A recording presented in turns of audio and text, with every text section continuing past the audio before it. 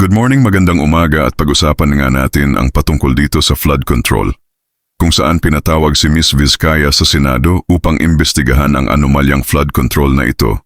Ito at panoorin natin ang kanyang mga sagot sa mga tanong at kung paano niya idepensa ang kanyang sarili at sa mga sagot na kakalahati para mailihis ang investigasyon at ma-justify ang kanilang mga itinatago. This is just for the flood control, Your Honor. How many projects for 491. 491. I joined the bidding.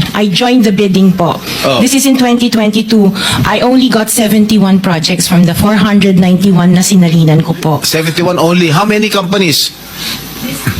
This is just for Alpha and Omega Oh, po. what about the other companies? What about the other 8 remaining companies that you I own? don't have the statistics for that. At sa huli ay hinamon na nga ni Senator Marcoleta na kung makikipagtulungan ang mga Vizcaya sa investigasyon at maituturo kung sino ang puno o sangkot sa opisyal ng gobyerno ang kasuso niya patungkol sa flood control na ito ay maaari siyang makaligtas na nasa 40 plus count plunder na kaso sa anomalyang flood control na ito.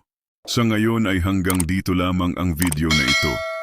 Maari ko ba na mahingi ang inyong like, comment at share tulong para sa aming mga content creator na makagawa ng mga kwento na kaanya-anyaya para sa inyong kagustuhan. Marami akong salamat.